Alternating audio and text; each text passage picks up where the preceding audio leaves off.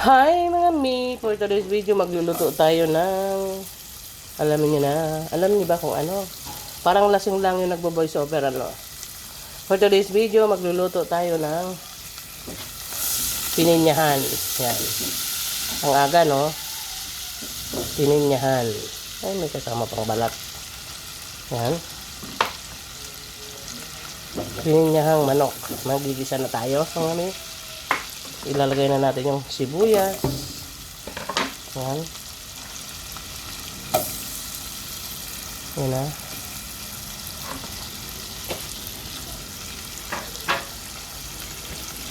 Konting mekos-mekos. Yan. Konting mekos-mekos.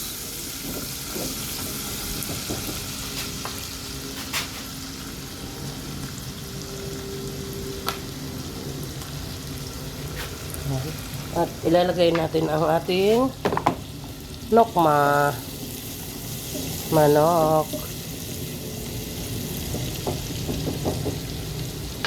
Ilalagay na natin yung manok natin, me.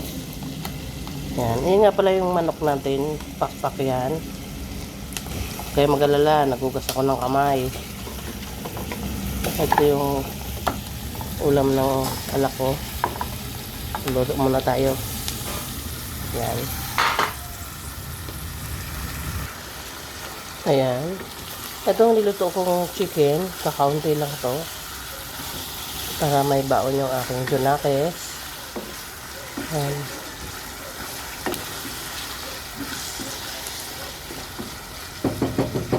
Wala nang marinate. Hindi na uso yan.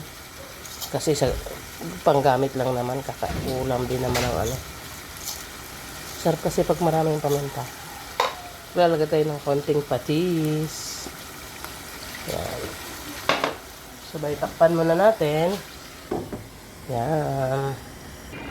Yan na. Nilagay na natin yung pineapple chunk. Yan. Ay, sorry mga mi. Hindi ko pala naipakita sa inyo. Nung nilagyan ko ng